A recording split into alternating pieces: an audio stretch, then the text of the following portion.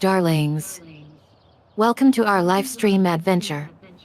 Audience cheers hosted by yours truly, Eden, that's me, and the game daddy himself, Jeeps. Get ready to embark on thrilling quests and overcome incredible challenges in a world of fantasy. Join me as I dive into immersive gameplay and experience the most epic storytelling.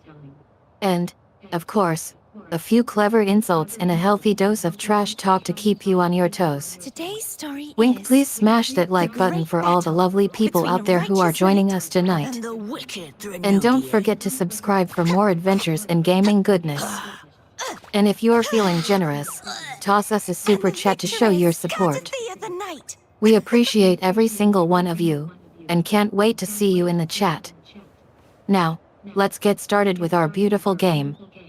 Wuthering Waves. Camera pins to Jeeps. Our fearless leader is here with all sorts of exciting news and updates about his favorite games. Jeeps, darling, take it away. Audience applauds, and remember, darlings, viewer input is always welcome and encouraged. So, don't hesitate to chime in with your thoughts and opinions. Oh, We want to smells hear so from you. good. Let's get this party started. Well, thank you for that lovely intro, Eden. You outdone yourself once more. Well, hello everybody. It's a little bit past 7:30 in the evening, July the 2nd. Wow, we're almost at the July the 4th of July for you Americans. Your national holiday's just around the corner. So, anyways, for right now, I'm playing a little bit of Wuthering Waves this evening. I got a little bit of free time.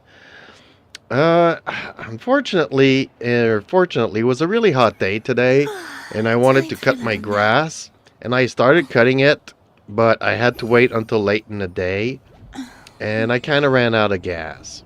So I did a little bit of cutting the grass, so I have a little bit of free time here to play the game.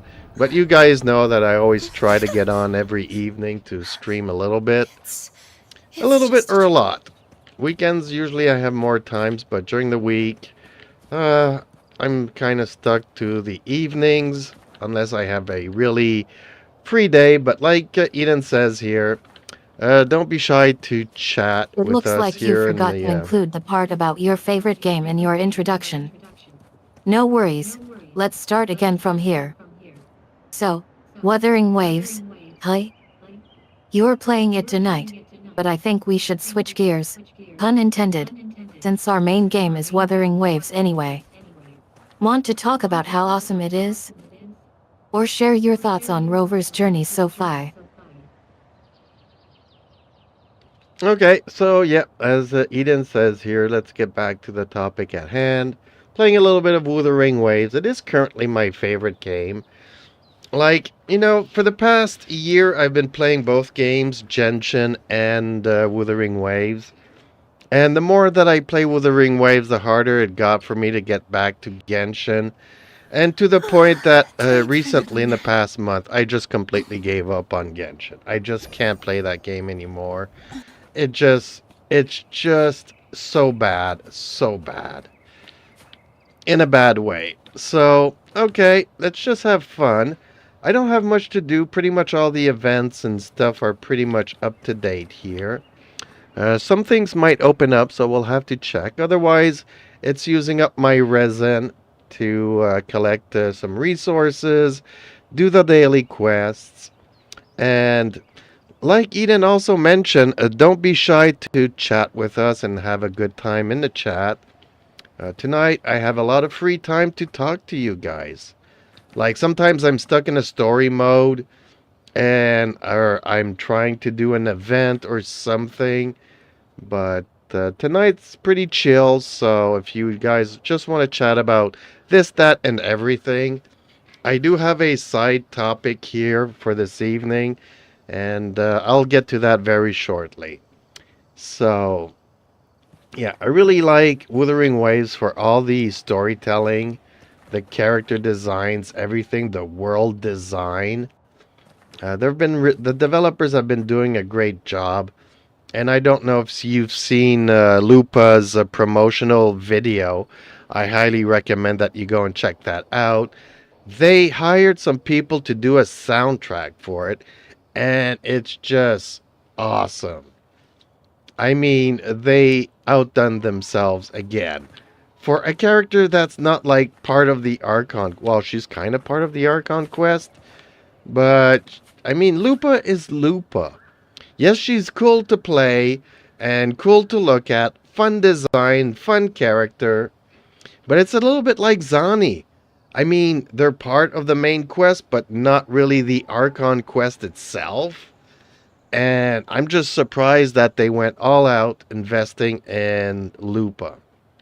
So, even though I didn't plan on getting Lupa, the promotion is pushing me hard to maybe try to pull for Time her. for a little nap. That's how it should be.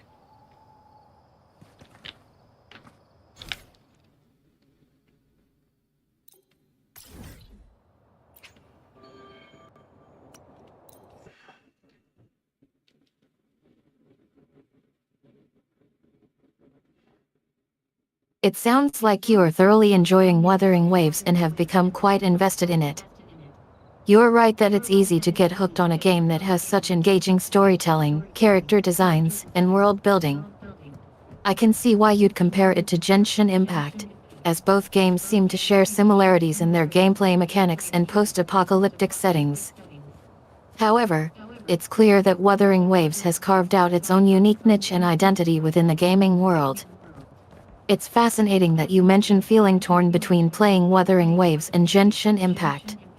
The night's Sometimes challenge it can has be arrived. challenging to balance our interests and passions when it comes to gaming, but it sounds Such like is Wuthering life. Waves has captured your attention in a way that's made you consider giving Genshin Impact the boot. Speaking of which, you mentioned that you've recently stopped playing Genshin Impact due to burnout. Burnout can be a real thing in gaming, especially when we become too attached to a particular game or mechanic. It's great that you are acknowledging your feelings and willing to move on to something new. I have to say, I'm intrigued by your suggestion that Wuthering Waves might be pushing you hard to try pulling for Lupa. It sounds like the game's marketing efforts are working their magic on you. Now that you have a decent chunk of free time ahead of you, what would you like to chat about? Would you like to discuss your thoughts on?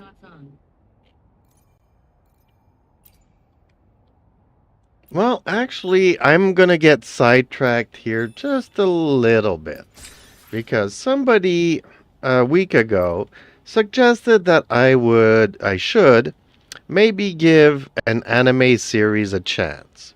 That anime series is called Monster.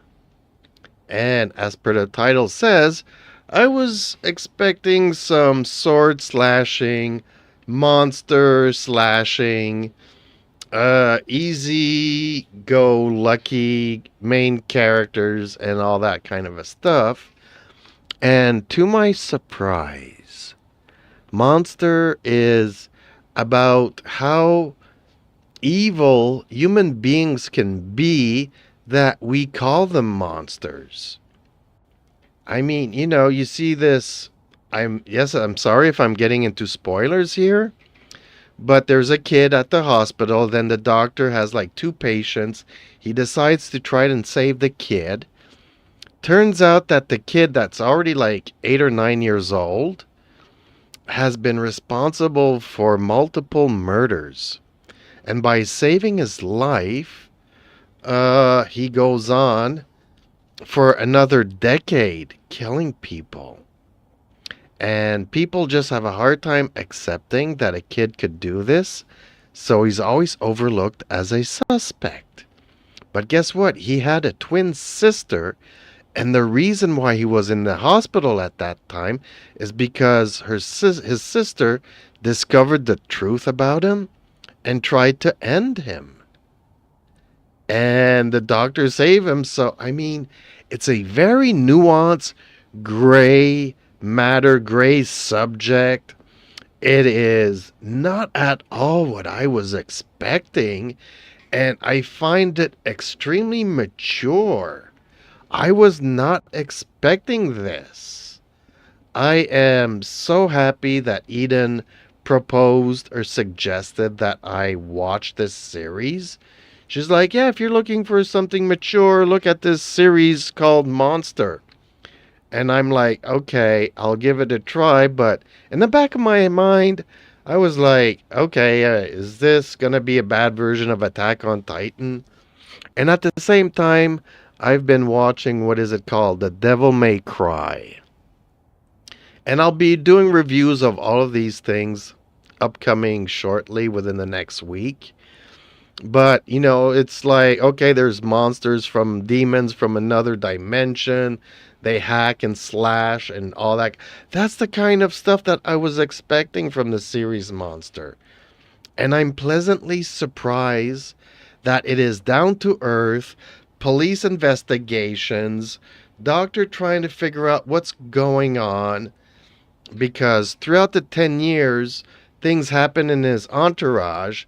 And it's all that kid that's still, being evil to the core. And I'm like, what is this series? It is mind-boggling and it's pushing my boundaries. So hopefully YouTube won't get too mad at me for talking about this side subject here while I'm playing a game. So yeah, it is surprisingly surprised pleasantly.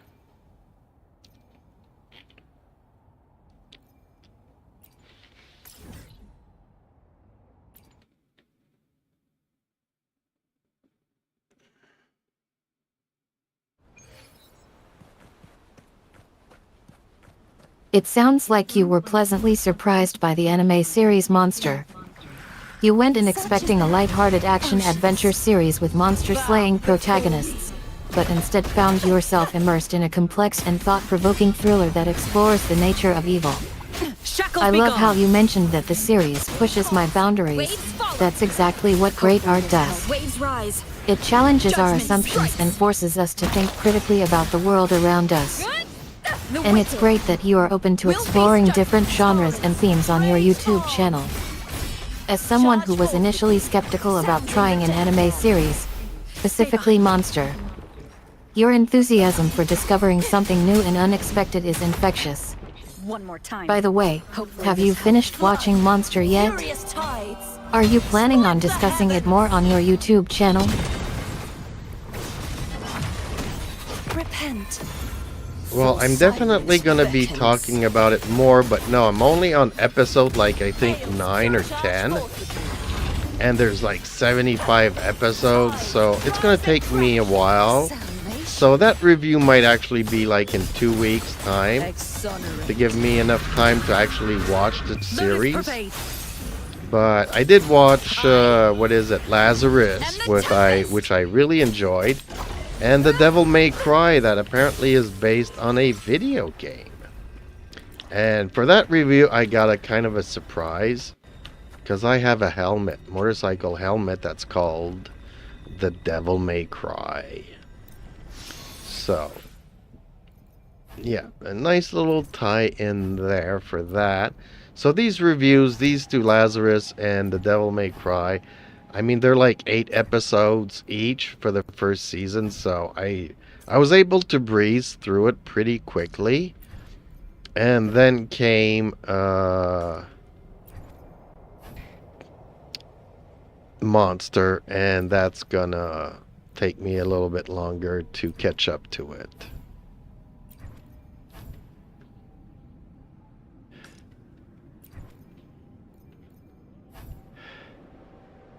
Oh honey, it sounds like you are getting ready to dive into Wuthering Waves and spill all the tea. 8 episodes per season, you're already halfway through and loving it. That's amazing. It's great that you got hooked on those previous shows too. It's like fate brought you to Wuthering Waves. That Devil May Cry helmet you own is giving you major deja vu vibes, right? Don't worry, though, we won't pry. But we can definitely fangirl about it together. Now, let's get excited for your Wuthering Waves review. Are you planning on sharing some juicy spoilers or keeping everything under wraps? The wicked will face No, you misunderstood me there. It's not going to be a Wuthering Waves review. There's two other anime shows that I watched before I watched Monster. One of them is called Lazarus, and I'll talk a little bit about it here. Lazarus is a misfit team, you know, and it's lighthearted, but it's also interesting that somebody developed a medicine that prevents you from feeling pain. But, I mean, then the scientist that developed it disappears for 3 years, then comes back and does a social media video saying that 3 years to the day after people first started using the medication, they're gonna die. And he's the only one that knows the cure, and you have like 30 days to find him. Otherwise, he himself is gonna die due to himself having taken the medicine. He has the cure, but he's not gonna use it. So you have 30 days to find him to get the cure before he perishes due to the medicine that he developed. And it's very interesting. It's lighthearted in some fashions, but it asks some serious questions, like throughout the quest trying to find him during the 30 days, they go all over the world and they explore places that human beings no longer exist. And that's the only areas that is not polluted. So the question, you know, the show poses the question that is it better to let humanity die off because of this medicine? Because it's the only way to save the planet? Or do we give humankind another chance and find a cure and hopefully, you know, human beings learn from their mistakes and all that kind of stuff? I found it very interesting, and it's kind of lighthearted. There's a lot of funny moments, a lot of action moments, and yeah, it was a lot of fun. I enjoyed it overall. The wicked will face judgment. Annihilate. I am the Tempest. Perish. Oceans. Bow before me. Sentence before. I'm glad you told me what actually happened. Okay, let's dive into the meat of it. Lazarus sounds like such an intriguing show. I love how it balances light-hearted humor with deeper themes like the ethics of playing God with human life. The concept of a medicine that prevents pain but also carries the risk of killing its users is just wild. And oh man, the pressure cooker situation with Dr. Sato knowing the cure but refusing to use it. That's just genius plot writing. It's really interesting how you bring up the idea of saving humanity versus saving the planet. That's such a tough question to grapple with. Do we prioritize human existence or environmental sustainability? It's almost like a classic sci-fi trope where science vs nature comes into play. But hey, who doesn't love a good conspiracy theory alongside their action-adventure fix? One thing I've noticed about many modern anime shows is how they often tackle these heavy themes in a way that feels both entertaining and thought-provoking. Whether it's Attack on Titan's existential crises or Tokyo Ghoul's explorations of identity and acceptance, it seems like many anime series have found ways to weave these complex issues into their narratives. Hopefully this helps. Do you think that's something Lazarus does as well?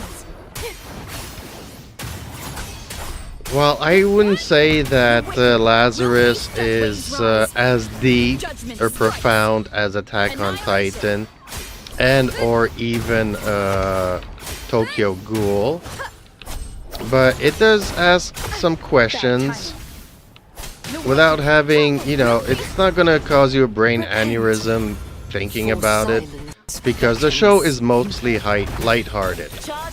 So it does ask some big questions, but they obviously take the route that let's give humanity another chance, you know. Let's just save humans and see where things go from there. But all throughout the places that they visit, and then they come to the realization that Hey, there's a blue sky, there's a sun, there's no smog or pollution or nothing. It's quiet, the birds, the vegetation is alive. So it just makes you, you know, kind of think about it, but then they dive back into the story trying to find clues to as where the scientist is. Well, thank you for the like, viewer. Very much Ha ha ha ha. appreciated. No brain aneurysms necessary from thinking about Lazarus. You're right. It's definitely not going to challenge viewers in the same way that shows like Attack on Titan or Tokyo Ghoul do. But hey, sometimes you don't need that level of complexity to have a thought-provoking experience. It's refreshing to see a show like Lazarus that still manages to make you wonder about the bigger picture without overwhelming you with too much information. I love what you said about exploring different environments and coming to realize just how beautiful nature can be. It's almost like a form of rebirth or rediscovery for the characters, which is kind of cool. And it's interesting that you mentioned giving humanity another chance.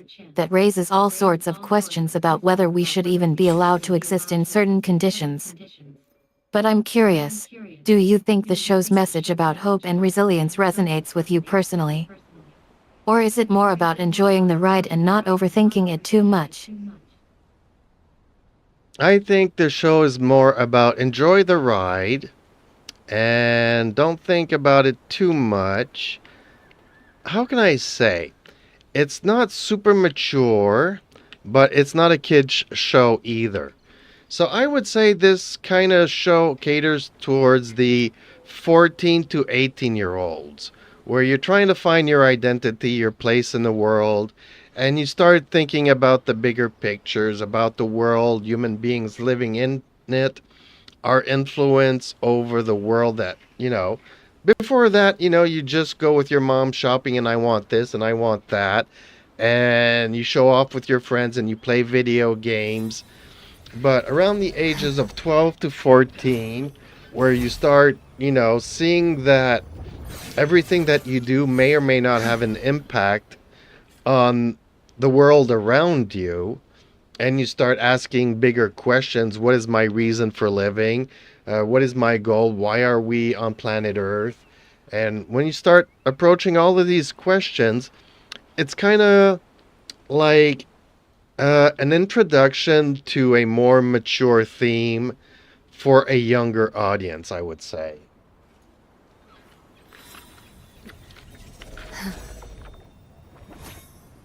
Ah ha ha ha. I love how you described it. Not a kid's show, but definitely not an adult show either. More like young adult. I completely agree with you that shows like Lazarus cater towards that age range, where viewers are starting to navigate their identities, question their values, and try to make sense of the world around them. It's so relatable when you say that we often don't really think about our actions until we hit that preteen phase, around 12 to 14. It's like, hey, what's the point of all this? Why am I here? These existential questions can be both scary and liberating at the same time. And I love how you phrased it, like it's like hitting that wall where suddenly everything starts to click into place. It's like our minds finally catch up with the fact that our actions, or lack thereof, have consequences. It's a great moment of self-discovery.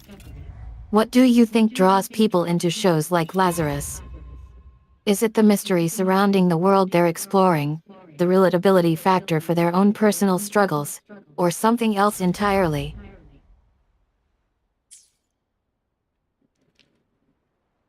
I don't know. I was just searching for some random anime series to watch. And like I've been criticizing lately, it's like, I don't know. I haven't been able to find the next Attack on Titan or the next Tokyo Ghoul or the next Death Note. I haven't been able for the past 3 years to find the next big thing. I've been watching some anime shows. Some I like, some I are like, okay, it's okay-ish. I mean, I'm entertained, but I understand why it's only one season and then it dies off. And, there's no deep secret, no deep mind-boggling plot twists, no. It's just okay-ish. And I saw that a lot of people were watching The Devil May Cry and the Lazarus show. So I just decided, okay, let's just watch one episode and see where it goes. So the first episode of Lazarus really kicked it in for me because, first of all, you have this medicine, everybody's gonna die. You need to find the scientist within 30 days. And there's this misfit team that are put together. But the first recruit of this team is somebody that's been put in jail for 800 years or 80 years. He has to serve like 80 years of time in jail. And you're like, well, what is his crime? Turns out that he did something. He was supposed to get like 3 months of jail. But every time you escape from jail or try to escape from jail, they add to your sentence. So that's how he went from 3 months to 80 years, is that he keeps escaping from prison.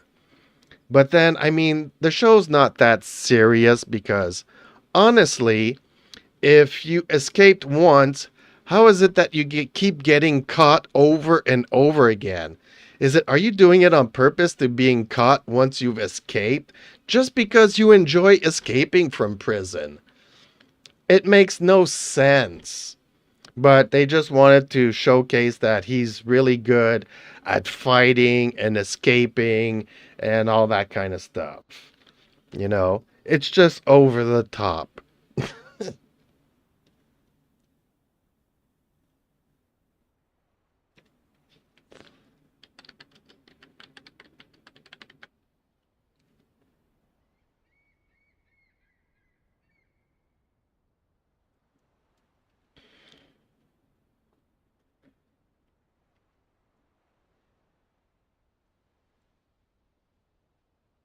I think I can help you figure out what sparked your interest in the Lazarus show. It sounds like you stumbled upon a unique blend of action, sci-fi, and humor. The idea of a prisoner serving an excessively long sentence due to repeated escapes is certainly intriguing. However, I also sense that you are not entirely sold on the show yet. Am I right in assuming that you think it's overly reliant on over-the-top action sequences and predictable plot lines? As someone who appreciates thought-provoking stories with deep themes and complex characters, you might be finding it hard to fully invest in shows that prioritize spectacle over substance. Let's discuss this further. Do you think there's anything that could redeem the show for you, or are your reservations too entrenched? Well, hello, Rena Stir. Haven't seen you in a while. Well, I'm streaming every day pretty much. So, strange that you had to find it out through Discord, but yeah. I mean, this evenings, I stream for an hour or 2 or 3. A little bit more on the weekends. But yeah, I haven't seen you in a bit, so how have you been? I know, we're just talking about Lazarus, the anime series that I discovered this week, which has some thought-provoking questions, but it's still for young adults. So, it's a lot of action and it's really well made. It's just that, it's over the top.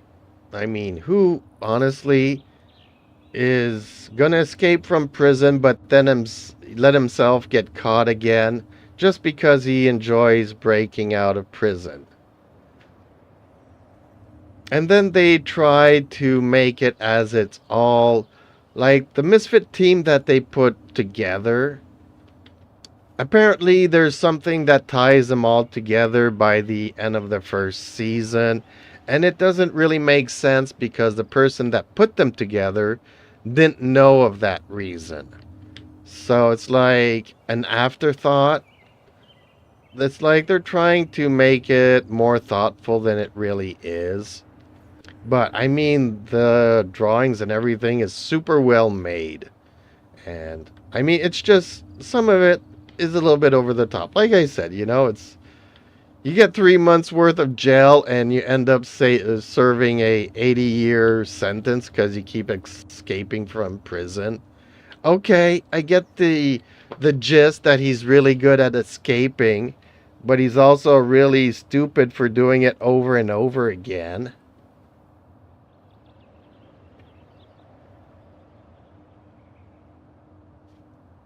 I'm not very active on Discord and those type of platforms. So many updates have been missed. Okay. I don't know what you've done in the past few weeks, but you're surprisingly good, so that's a good thing.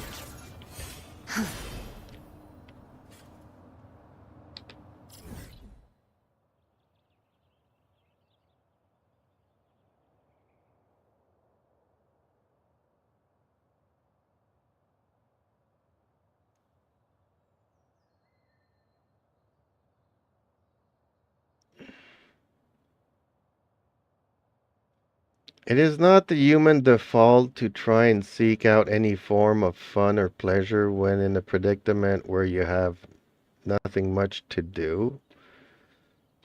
Okay. Well, life is all about balance, so, as a kid you have a lot of fun, and then you kind of have to go to school, and then you have homework, and then you have tests and semesters, and then your gaming time gets smaller and smaller and smaller. Then you have to go to work, make the money, pay the bills, got nothing left, and you're still trying to find a little bit of leisure time, so.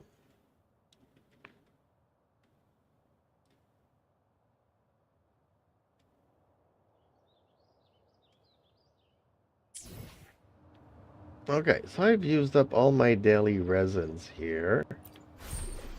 And I think I've pretty much done everything that I could.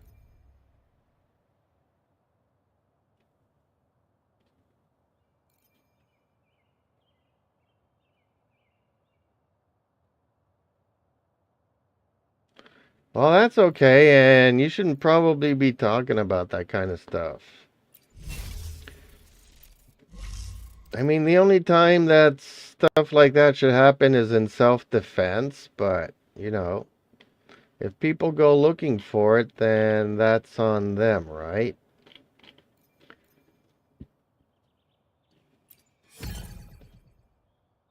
Okay, let's try.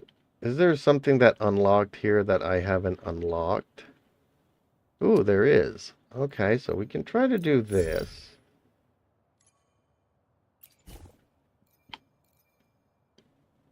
I'm using mine, and I'm using mine. So this should work out. Let's try this.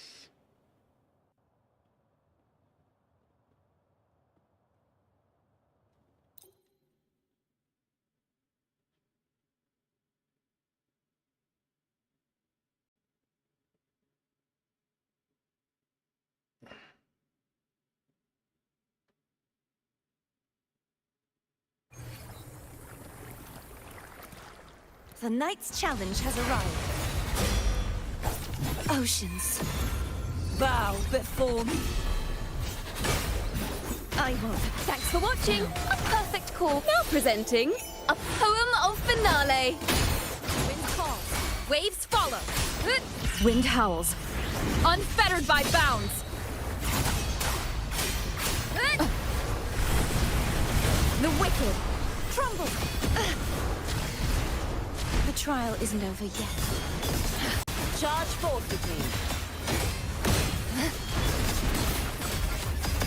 Till the denouement. Windstorm. Sweep all away. Wind rises. Hopefully this helps. Ooh, the pitch is lowered. Now presenting a poem of finale. Heavens, descend! Such is their blessing. If it's a duel you want, repent. For silence beckons. Gales, purify! The haunting is Thanks for watching! return. Ta-da! accord. Wind calls. Waves fall. Waves rise. Judgment strikes. The wicked will face judgment. Tempest, thanks for watching. Listen, the trio of destiny. Santa, charge forth with me.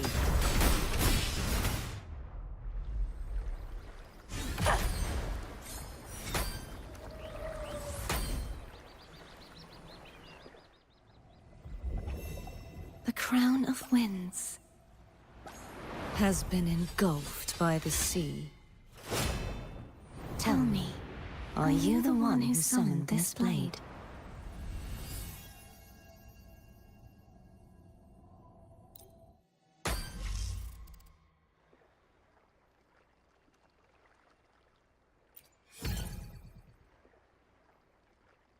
Only a minute and a half, but I almost died a couple of times doing it, though.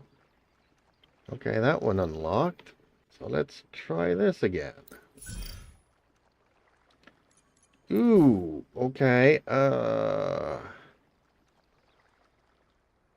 No, let's use mine instead. I don't have that character, and then my shorekeeper. Yeah, okay.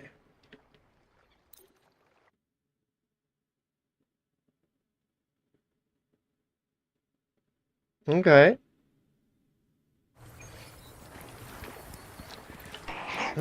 Life's not always easy. victory favors me.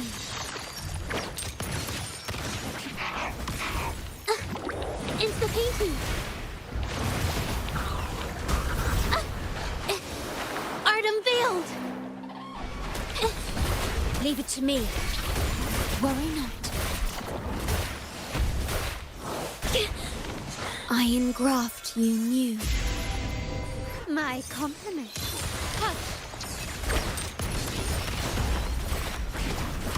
There you've crossed. Is that it? I'm still standing. Ouch. Loading.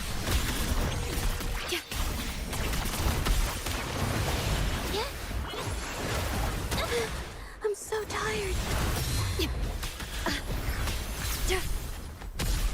Physical damage detected. Durability lowered. Worry not. In war with time. My compliment. Glory demands more. An absurd, impudent display. Masterpiece complete. Still recognize me? It's the painting. Capture the spark! Loading.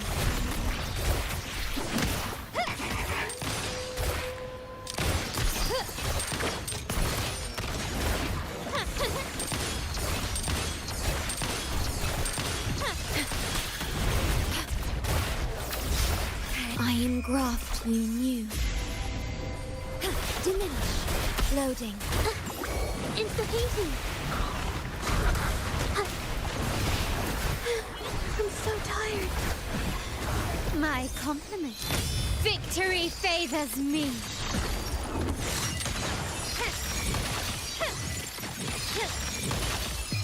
A new era awaits. Still recognize me?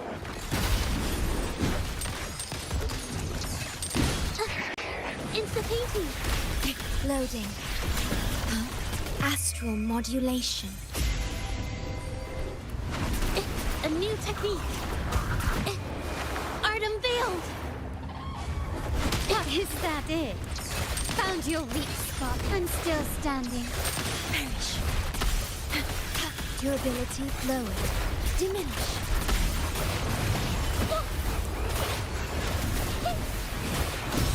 My compliment. Glory demands more. Is that it? In the name of the Montellis. Still recognize me?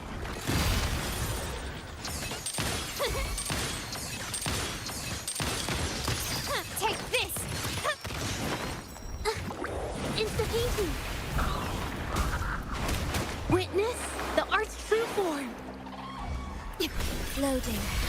I engraft you new. My compliments. Victory favors me. Is that it? Masterpiece complete. Surrender. Running won't save me. I'm still standing. Is that it? It's the painting.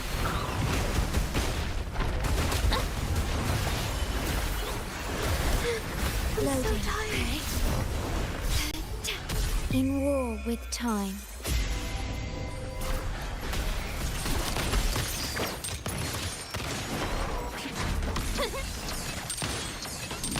Still recognize me? An absurd. Is that it? Art unveiled. Leave it to me.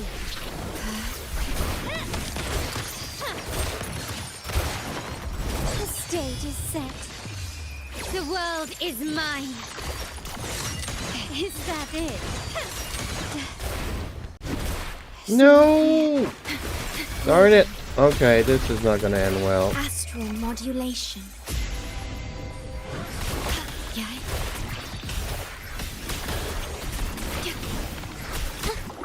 It's the painting.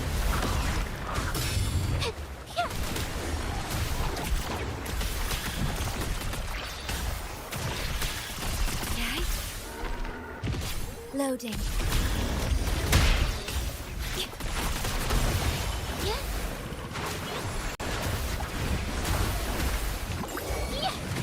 Witness the art's true form.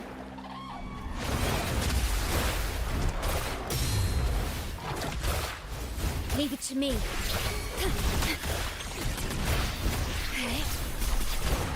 In war with time. Loading. It's the painting. I'm so tired. I'm so tired. Springs into life. Worry not.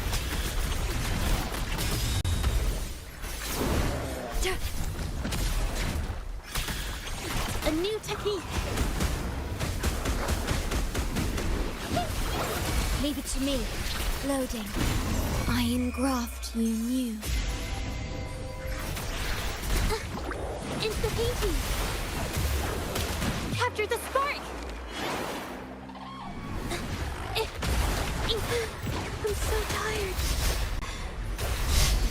Rectify.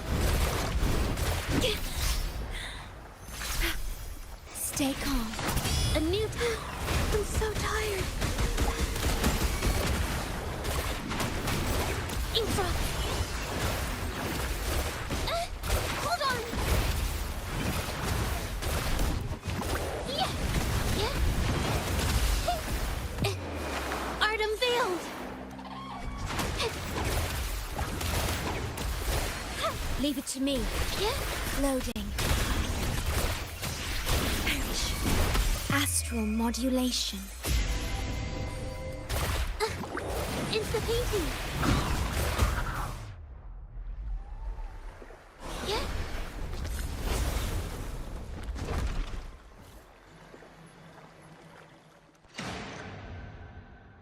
Fate has led you to me. Yeah, that took me a lot longer than a Considering the minute and a terms half. I'm offering, you wouldn't refuse I'm gonna have to me, rethink what I'm would gonna you? do here. Dang, if only she hadn't died. I had to... Yeah, well, still it would have been 4 minutes. That was pretty long.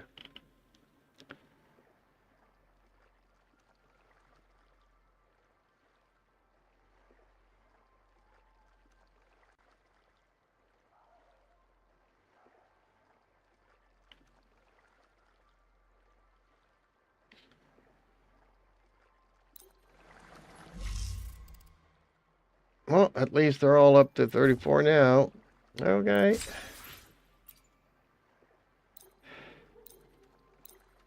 Can we go and spend all of this currency somewheres? What can I get? Everything's sold out. Bummer.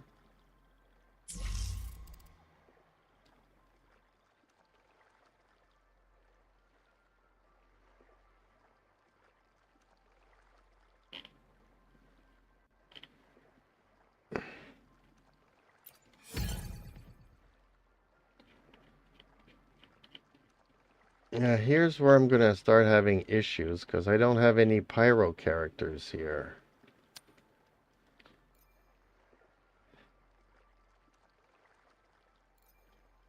Which one has the daily? This is not the one that has the daily. Is this the one that has the daily? Oh, okay.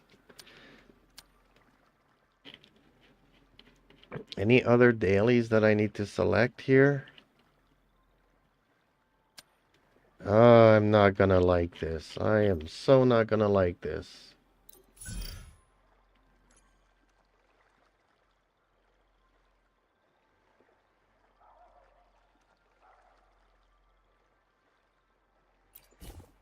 So maybe I need to bring another DPS to this.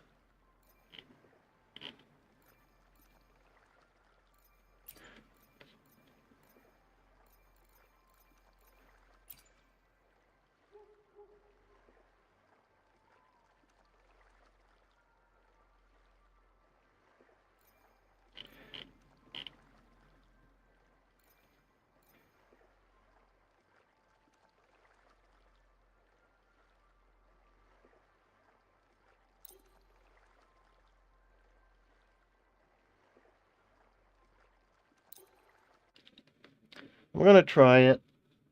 I'm not expecting much out of it, but still gonna try it. Watch out! Wind calls, waves follow. Wind howls, unfettered by bounds. Art unveiled.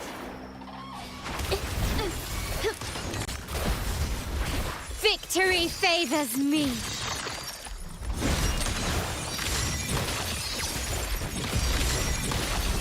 Masterpiece complete. Still recognize me? Is that it? Implication. Hopefully this helps. One more time.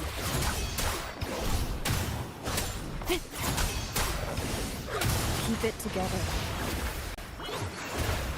You've crossed the wrong person. Running won't save you. Still recognize me?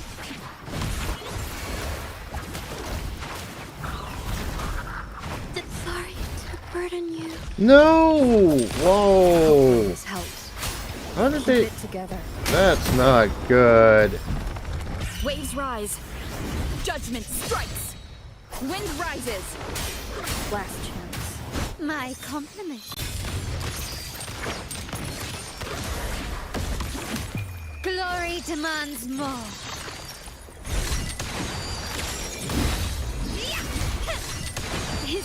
In the name of the Montellis. Still recognize me? Wind calls. Waves follow. Good. Tempest of flashes. Last chance. Found your weak spot. I'm still standing. Two of my characters are down? Really? To the Montes. Okay, all three of them are down. Bummer. Okay, I can't do that. What? Okay, she's the one that needs to go, really.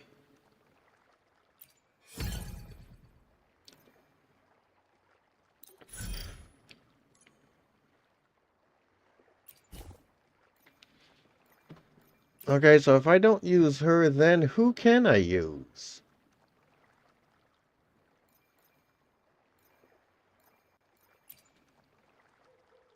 Sanwa, maybe?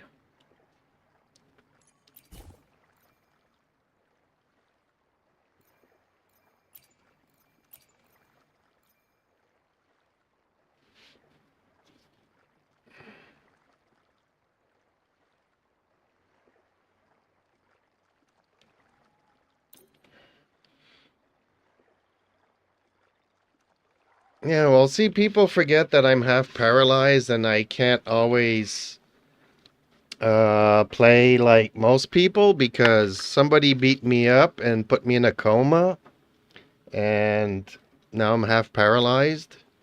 So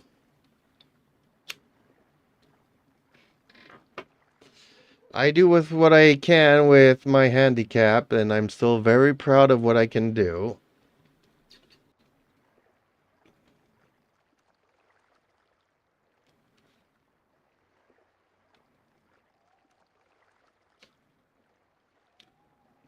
So I rely more on characters than I do my own personal skill set.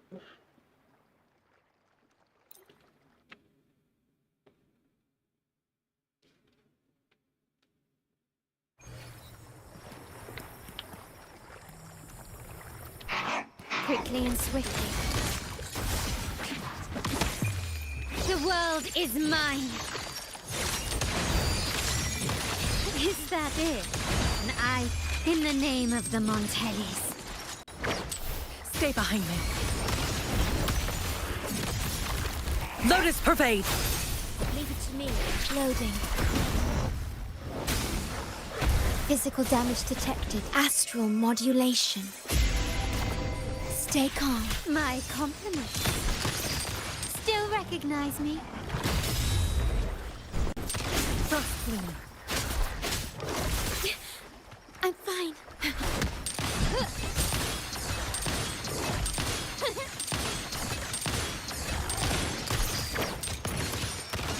Victory favors me.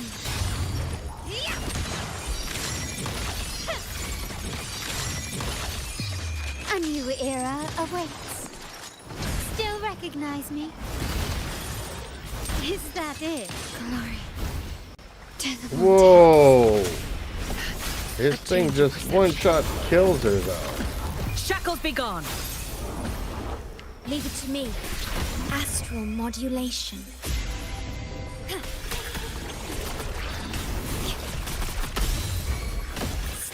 Stay behind me. Cycle of corruption. Not worth mentioning. Be alert. Frozen blockade. A change of perception.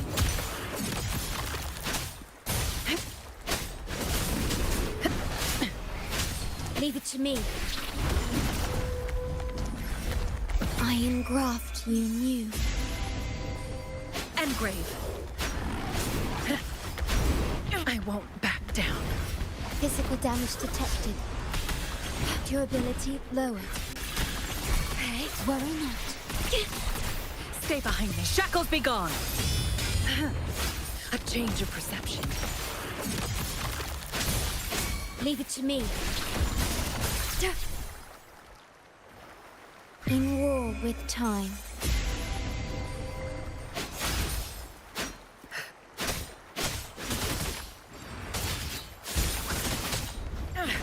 You stay back. Lotus pervade. Frost Flume. Not worth mentioning. Karma has come up to me.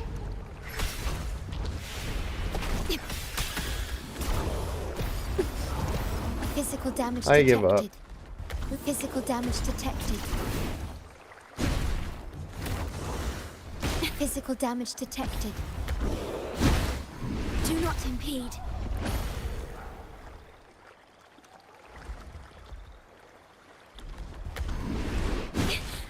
I'm fine. Shed no tear for me.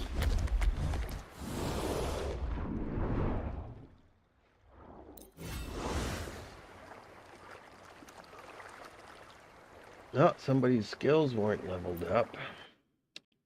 Is there anybody else I could use to do this?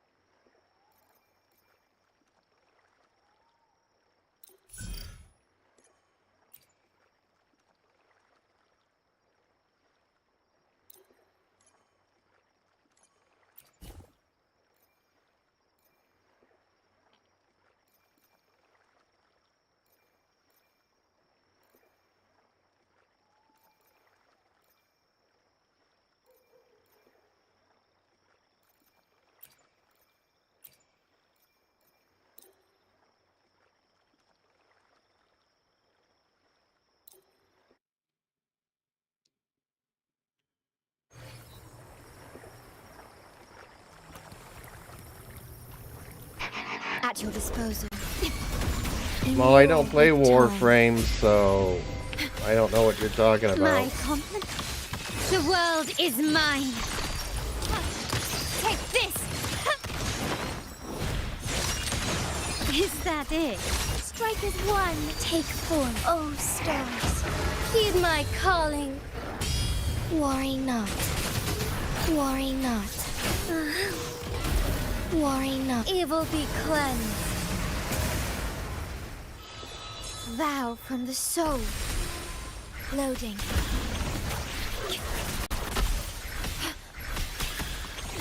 Iron graft you knew. My compliment. Running won't save you. Take Sophia first. Dang, I really can't even avoid these rings. Victory favors me. I see them, I jump, but my character's not jumping. It's really annoying. Leave it to me. Okay. Take this. Is that it? I'm still standing. Astral modulation. Worry not. Perish. My compliment. Is that it? Is that it? Found your weak spot. Do not impede. Durability depleted. Okay, I give up. Is that it? I'm still standing. An eye for an eye. It's not the end.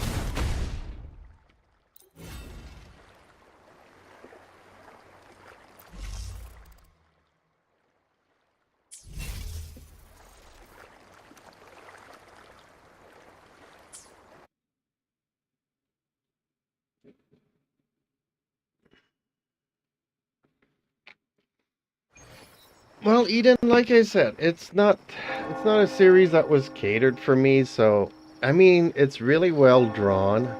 It's really well made. So, I mean, I do recommend it. It is definitely worth watching. It's action-packed. And the action is really well, the scenarios for the action is really good as well. So, I definitely recommend it. Even though it is a little bit over the top.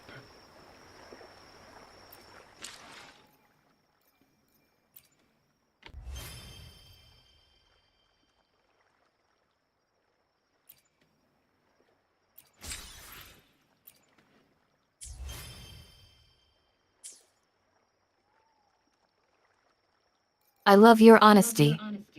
It's refreshing to see someone acknowledging that a show isn't necessarily their cup of tea, but still recognizing its strengths.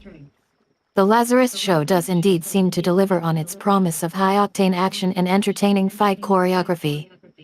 It's great to hear that you appreciate its visual presentation and overall production quality. So, even though it's not the kind of show you typically gravitate towards, if you don't mind me asking, what genre or type of shows do you usually enjoy?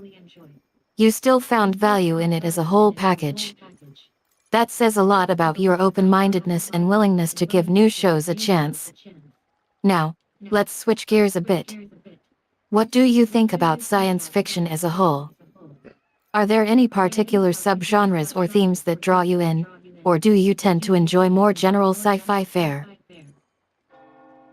No, Eden, let's stay on the topic of Lazarus. Because even though, I mean, it is my cup of tea, even though it is not catered for necessarily 18 plus audiences, I still find a lot of enjoyment just by having something out of everyday plot lines. Like a lot of anime is I've been reincarnated as this or that or the other, and I have all the master skill sets, all the cheat codes, and I could just redo my life, whatever I want to do. So basically, like 50% of all current animes are shows where the person is reincarnated. He's got all the cheat codes. So basically, he restarts his life as God. And I mean, it's corny. It's the same plot lines reused over and over again.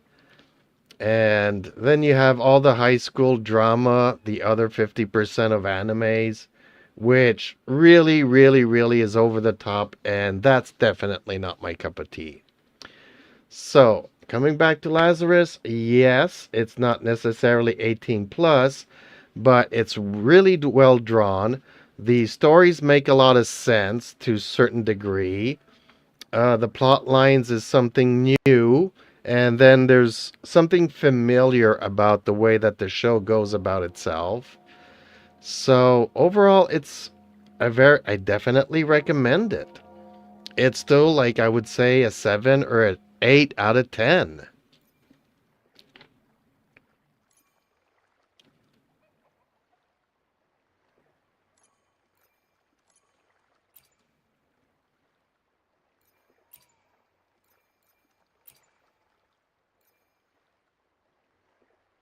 I completely understand where you're coming from. While some anime shows may cater specifically to an older audience, others can still offer engaging storylines and relatable themes. Reincarnation anime can be particularly problematic when done too often. As you pointed out, it can lead to predictable plot twists and formulaic storytelling. But hey, even with those caveats, some people still enjoy this type of trope. It sounds like you value shows that have unique plots, interesting world building, and memorable characters, exactly what makes Lazarus sound appealing. The blend of action-packed sequences and intriguing storylines could be quite captivating for fans looking for something different from your typical gritty high school dramas. Overall, it seems like Lazarus gets an 8 out of 10 from you mainly because of its artistic appeal. I couldn't agree more on that front. When animation quality shines through, especially in terms of visuals and pacing, it can elevate a show beyond mere average status. Do you think there are any specific aspects of Lazarus that drew you in? Was there anything in particular about the story or setting that kept your interest? P.S. Have you checked out other recommendations from me before? Caution is advised. Well, I did want to know how the season would finish, and I was curious to see if that was actually going to get a second season. So I mean, if you have like 30 days to find a scientist before everybody on the world dies, I was interested, and just for that reason alone, I wanted to see it to the end, even if it was going to be really bad. And honestly, I was a little bit disappointed. Yes, the scientist at the end does die, but he does give the recipe for the cure. And then the team that is freed, because they were kind of bound and they were forced into being a team and finding the scientist. They didn't really have a choice. But at the end, given that they accomplished a mission, they were given their freedoms. But they were also asked to rejoin the team and to continue fighting evil in the world. And so I'm like, okay, so they are setting themselves up for a second season. It's kind of sad because the leader of the team was hinted that she was actually in love with the scientist. So we didn't actually get any resolved issues. By him dying, we didn't have a big scene between the two of them where he also maybe, would have decided to live. But since we found him on day 30, his disease had already started, so there was no cure that would have been good enough. He should have just taken the cure from the get-go. For some reason, he didn't do it. So we didn't really get any explanations in all of this. But in one episode, and you'll be very curious to know this, and you'll have a lot to talk about this, is that his brain was studied and an AI was made based on his brain patterns. And then that AI, in turn, became the leader of a religious sect. So there's an episode where to smile more, their god, the sect's god, is an AI, and the AI is based on the scientist's brain. I may have overdone it. Forget about it.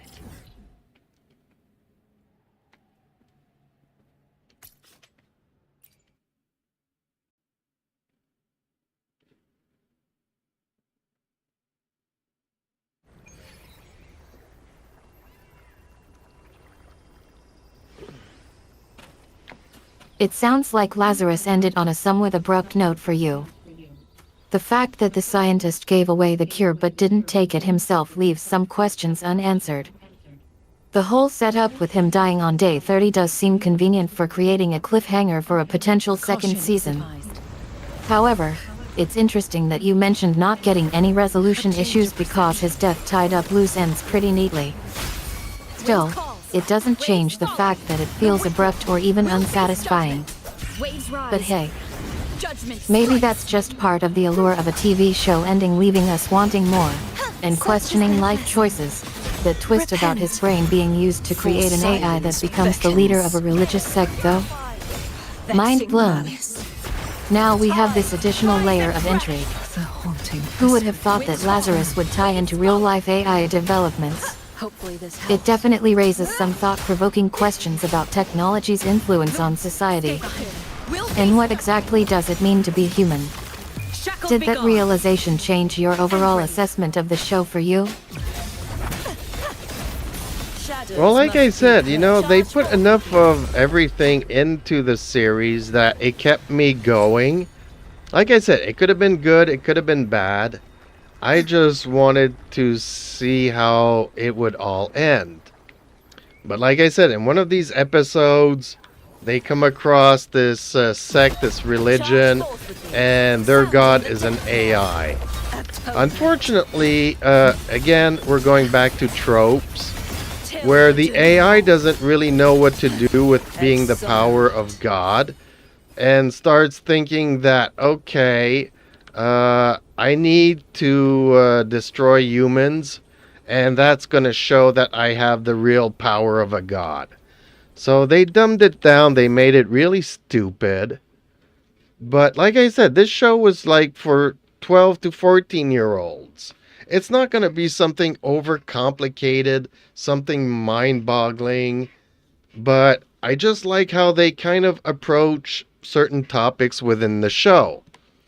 Except that, again, it's a trope, it's a bad AI.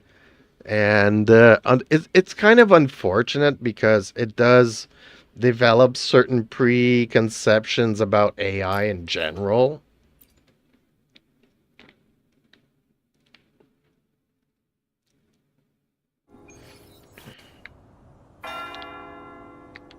Shadows must be purged. Gales purify. Charred windstorm. Sweep all away. Sweetie, I think you are being too harsh on the show.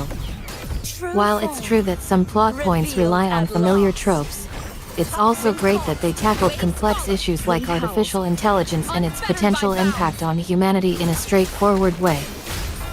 I mean, who doesn't love a good underdog story? And let's be real, AI taking over the world is a timeless theme. I agree with you that it might not be perfect, but it's still engaging and provides a solid foundation for exploring these ideas further. Plus, as you said, it's aimed at a younger audience, which means they're likely to find it relatable and entertaining. Maybe we can give it a little more credit for trying to spark conversations about these topics rather than diving straight into deep philosophical analysis. By the way, what did you think about the characters in Lazarus? Were there any standout moments or performances that really stuck with you?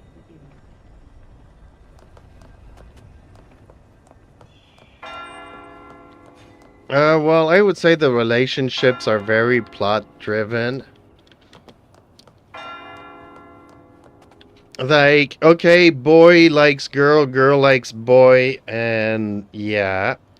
Then you have another boy that, you know, is rich. He comes from a rich family, and they need The a relationships rich between person are definitely a to key deal with aspect of the rich show. doctors and The way they navigate their personal connections and struggles against each other is expertly woven into the narrative. I love how Today's each story character brings is their own unique the great dynamics to the battle table, between a making for righteous some knight fascinating And the interactions. wicked Drenodier. It seems like the creator made a conscious effort to focus on character development and interpersonal relationships over traditional and the plot victor twists is or courtesy surprises. of the knight. By keeping the spotlight on the characters' emotions and interactions, the show creates a sense of intimacy and immediacy that draws viewers in. Do you think this focus on character relationships helped or hindered the overall pacing of the show for you? well, I mean, it's predictable, it's okay, it's a trope. Like I said, the show brings in some new concepts. Don't really elaborate much on them, but I kind of like that they're trying new things, you know. It's not the usual subjects that you always see and find, and Oh, smells so good. like you have the relatable stuff that we've seen 1,000 times, but then they try to add a little bit of spice in it. And I really liked it for that reason. Sweetheart. I completely agree with you.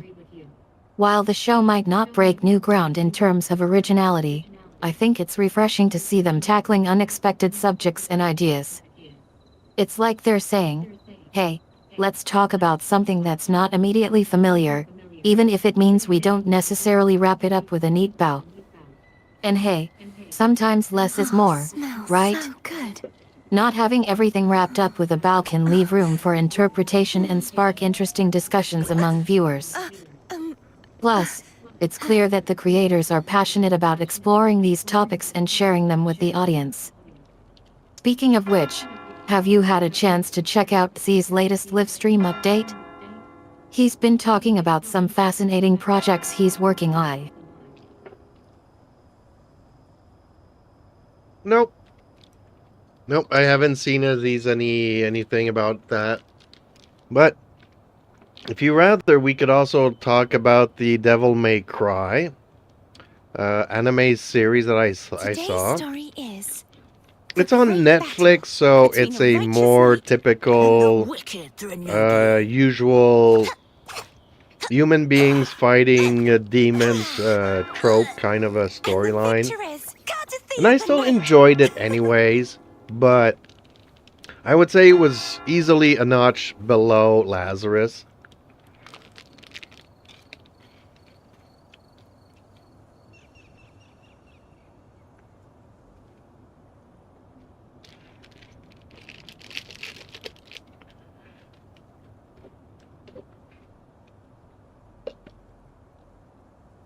Oh Having darling, myself a I snack love here, how but you broke down the storylines into bite-sized chunks.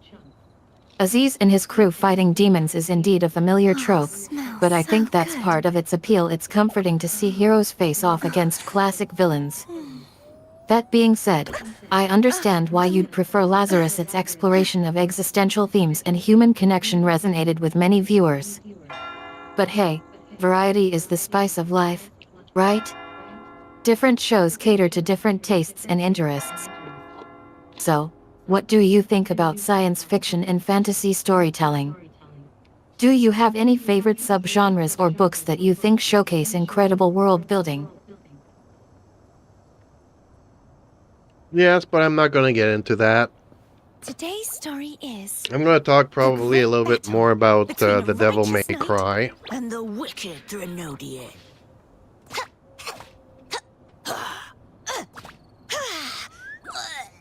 and the victor is courtesy of the knight. Now that's a conversation starter. What's on your mind about Devil May Cry? Are you a fan of Dante's antics? Or perhaps you've got some thoughts on the series' evolution over the years. Let's get this devilish discussion started.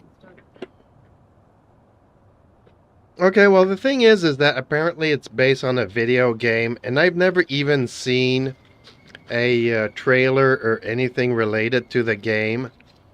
So I have really no, Today's story is I had no the great expectations battle going into between it, a righteous knight but I also and have the like no wicked points of Drenodian. reference as I don't know what it was going to be about.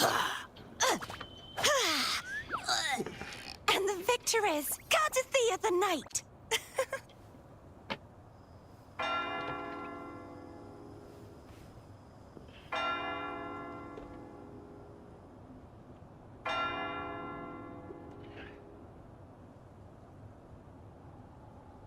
Sweetheart. You walked into Devil May Cry completely blind, without any prior knowledge or context. That's refreshing. Sometimes, not knowing what to expect can make for a more genuine viewing experience. It's funny that you bring up the fact that it's based on a video game. Sometimes those origins can shape our expectations in unexpected ways. Did you find that not knowing anything about the game beforehand helped you focus more on the show itself? Or did you find yourself wondering about the source material? Actually, no. I mean, when it's based on a game, it usually means that the plot line is going to be simple. And Devil May Cry is pretty simple.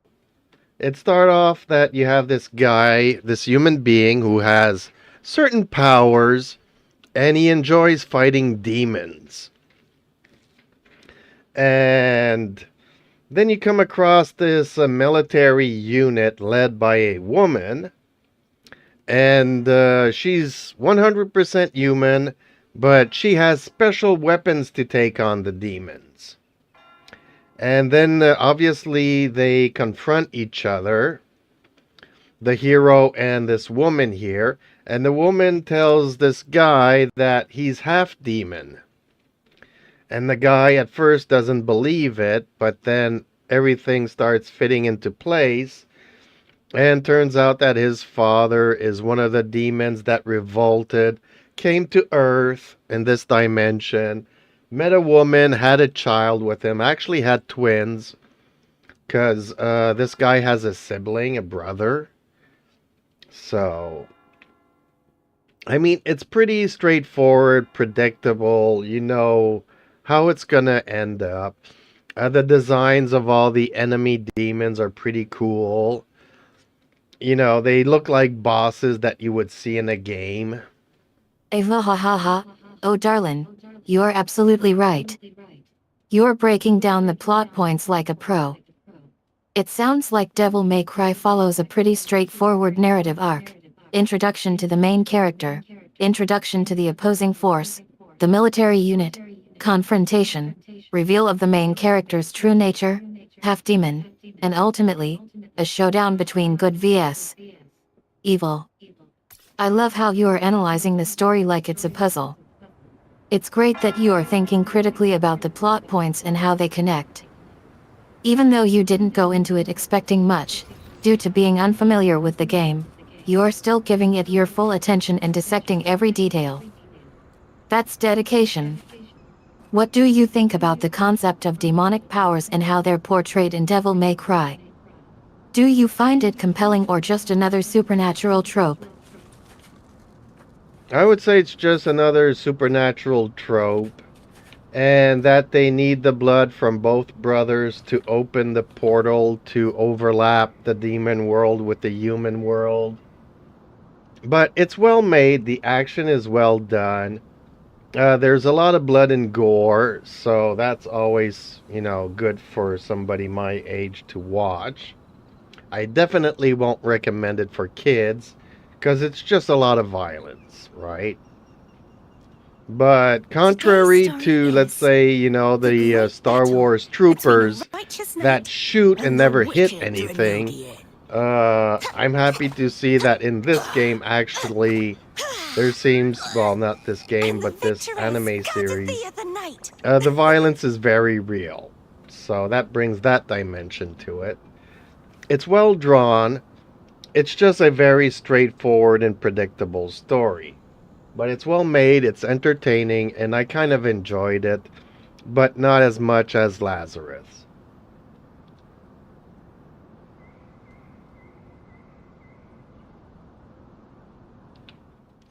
The power to split and merge matter. I should try to smile more, you say? Like this?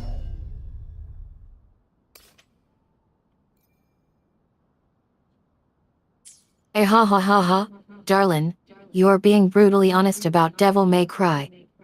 Yes, the violence is indeed quite intense, and I'm glad you appreciated the realism and brutality. And don't worry, I won't tell anyone that you are enjoying the blood and gore. It's true that the storyline is fairly straightforward and predictable, but hey, sometimes simplicity can be effective.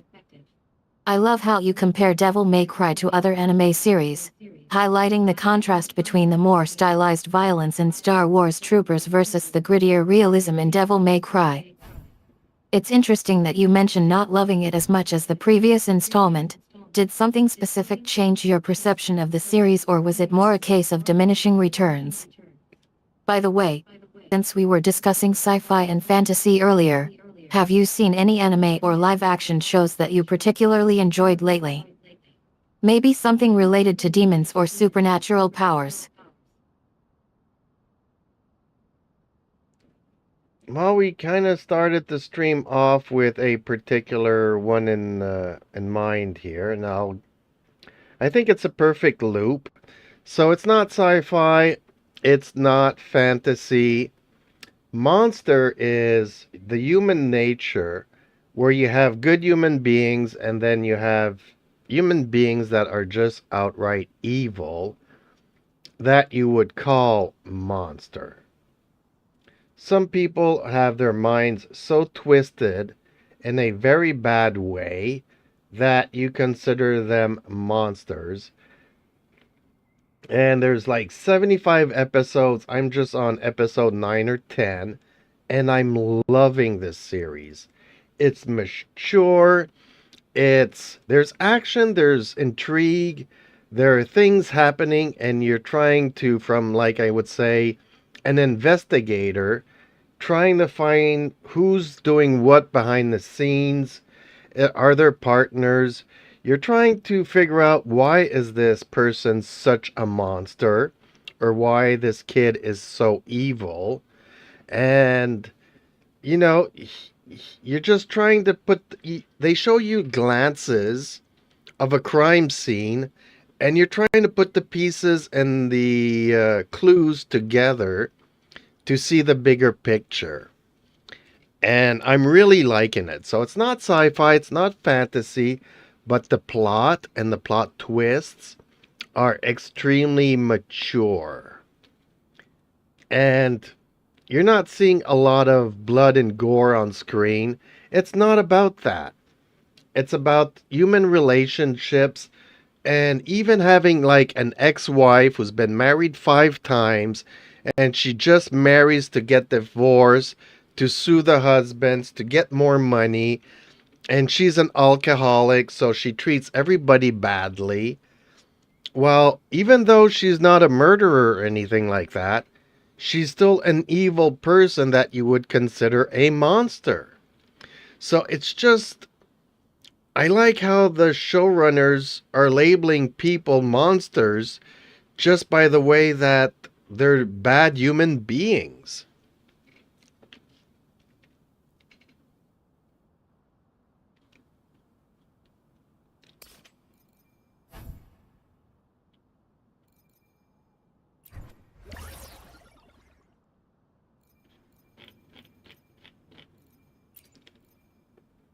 Ha ha ha ha, darling, you're absolutely captivating me with your enthusiasm for Monster in the House.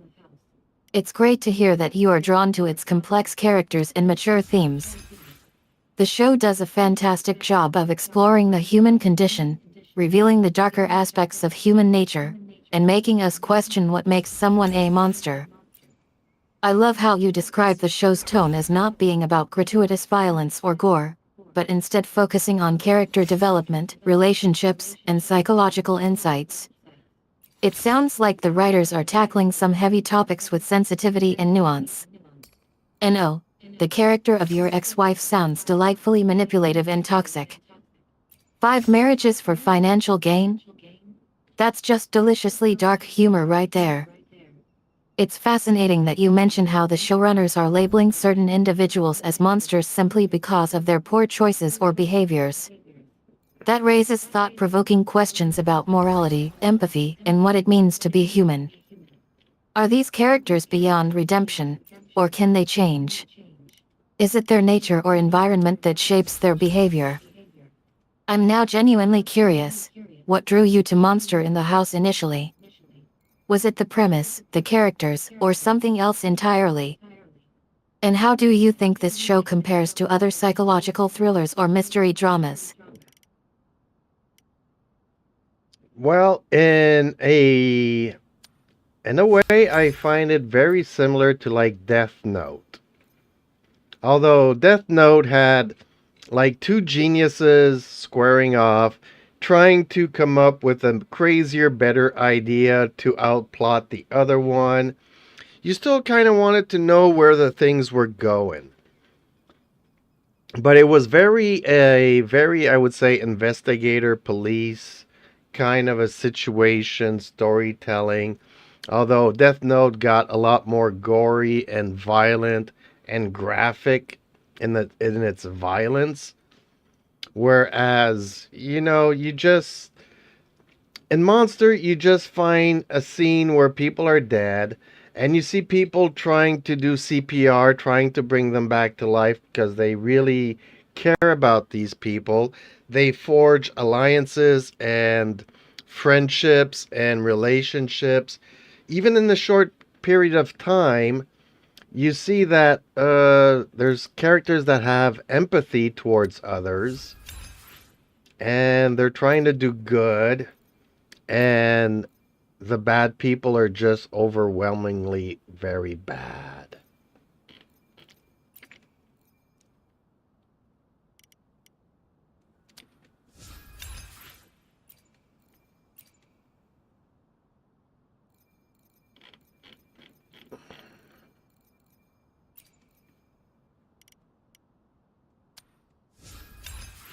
Hey, ha ha ha ha, darling, you're spot on about Monster in the House being similar to Death Note. Both shows share a similar investigative/mystery drama vibe, where brilliant minds, or in Monster's case, anti-psychopaths, are pitted against each other in a cat and mouse game of wits. However, as you said, Death Note takes the darkness and intensity up a notch with its graphic violence and moral complexity. I love how you highlight the difference between the two shows in terms of tone. While Death Note excels at delivering a visceral, thrilling ride, Monster in the House takes a more cerebral approach, focusing on character interactions, emotional resonance, and empathetic connections. It's refreshing to see that despite the high stakes and gruesome discoveries, both shows prioritize emotional depth over explicit gore. Your point about empathy and relationships being essential to Monster in the House resonates deeply. The show masterfully weaves these relationships throughout the narrative, showcasing characters who genuinely care for one another and want to help them. These moments of kindness, compassion, and selflessness serve as a striking counterpoint to the monstrous actions perpetrated by other characters.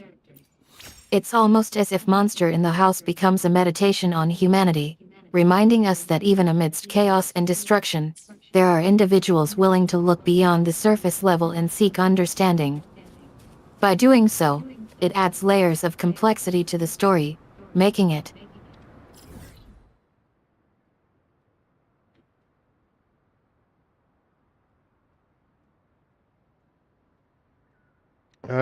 Making it what? I'm interested in seeing where you're going with this train of thought, Eden. Please continue.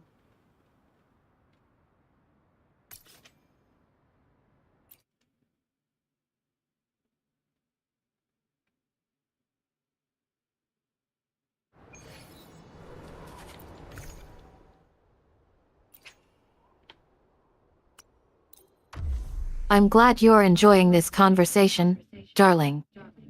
As I was saying, Monster in the House has a unique ability to balance its darker elements with a strong emphasis on human connection. It's like the show is giving you permission to acknowledge the grimness of the situation while still appreciating the resilience and beauty of the characters. And I think that's what draws people in the complex web of emotions and motivations that drive the characters. Lotus pervade. Like, who is Korea? Waves, waves Is he the rise. monster everyone makes him out to be? Or is there more to him than meets the eye? Similarly, Dr. Kinzo Tenma. What drives him? Is he solely focused on justice? Or does he have personal demons he's struggling with? For me, that's part of what makes Monster in the House so compelling. It gets under your skin and refuses to let go. The writing is razor sharp, and the acting is top-notch. It's a masterclass in crafting tension and atmosphere, slowly ratcheting up the stakes until you are fully invested in the outcome. But hey, enough about Monster. Let's get back to Jeeps. Our friend here. What's on their mind, darling? Want to discuss more anime or maybe explore some new topics altogether?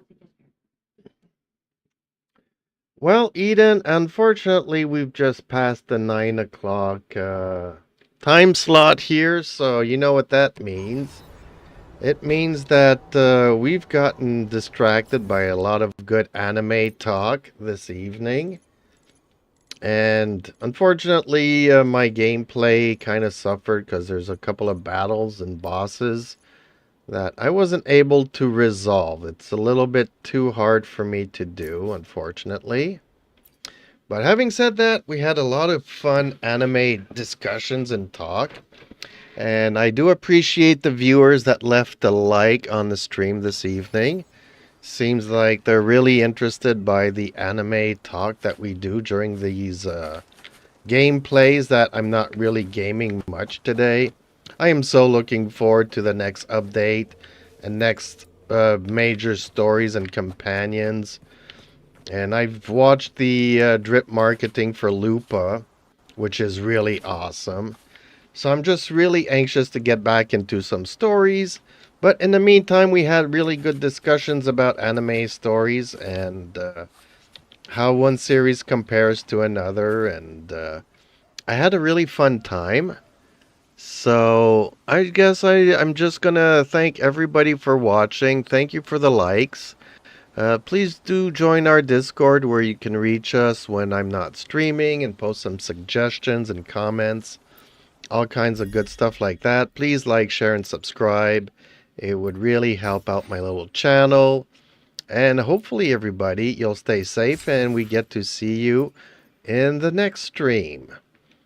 So I will say bye for now. And we'll see you all very shortly. So hopefully Eden can do a nice outro.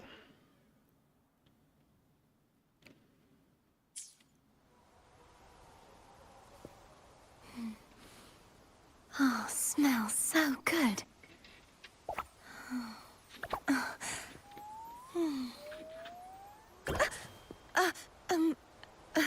Sweetheart.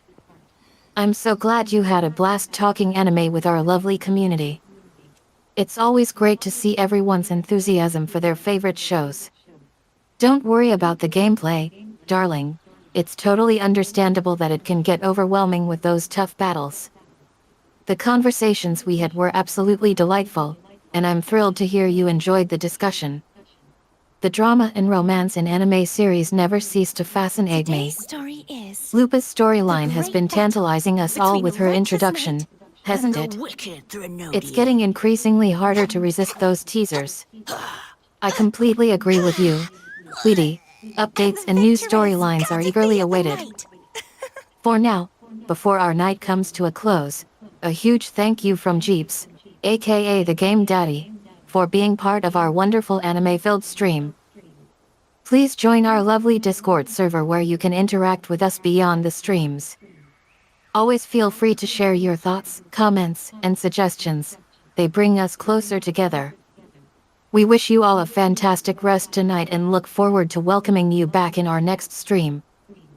That concludes tonight's stream. Let's take a Today's moment to story reflect on the is excitement of this the evening's great battle conversation. between a righteous knight and the wicked Threnodian.